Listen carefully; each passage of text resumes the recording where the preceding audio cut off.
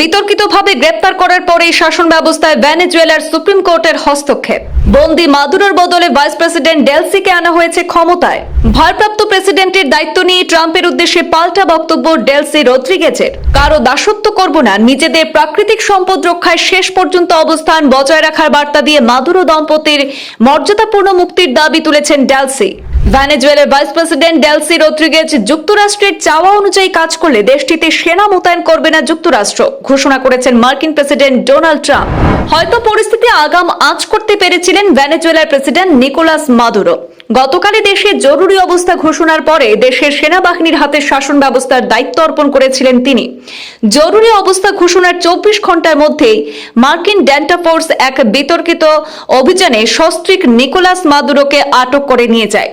দেশটির অস্থির পরিস্থিতিতে ভাইস প্রেসিডেন্ট ডেলসি রদ্রিগেজকেই দেশের অন্তর্বর্তী প্রেসিডেন্ট হিসেবে বেছে নিয়েছে ভেনেজুয়েলার সুপ্রিম কোর্ট। আদালত জানিয়েছে, এখন থেকে দেশের প্রশাসনিক প্রধান এবং সামগ্রিক প্রতিরক্ষার দায়িত্বে থাকবেন ডেলসি রদ্রিগেজ। দায়িত্ব গ্রহণের পরই মার্কিন প্রেসিডেন্ট ডোনাল্ড ট্রাম্পের উদ্দেশ্যে নিজের অবস্থান স্পষ্ট করেছেন তিনি। ভেনেজুয়েলায় মার্কিন অভিযানের কড়া সমালোচনা করে ডেলসি বলেন, ভেনেজুয়েলা কোনোদিন কোনো সাম্রাজ্যের উপনিবেশ হবে না, কারো অধীনতা গ্রহণ করবে না। মাদুরোই আমাদের নির্বাচিত নেতা, অবিলম্বে তাকে এবং তার স্ত্রীকে মুক্তি দিতে হবে। দেশটির সূত্র মতে বর্তমানে ডেলসি রদ্রিগেজ রাশিয়া অবস্থান করছেন বলে ধারণা করা হচ্ছে।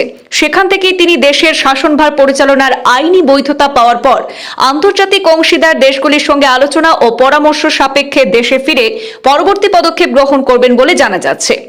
ডেলসি মাদুরো দম্পতির অবিলম্বে মুক্তির দাবি জানিয়ে আমেরিকার এই সামরিক অভিযানকে অত্যন্ত অনাকাঙ্ক্ষিত বলে আখ্যা দিয়েছেন। একই সঙ্গে ডেলসি জানান, ভেনেজুয়েলা কোনো সাম্রাজ্যের অধীনতা মেনে নেবে না এবং নিজেদের প্রাকৃতিক সম্পদ রক্ষায় দৃঢ় অবস্থান বজায় রাখবে।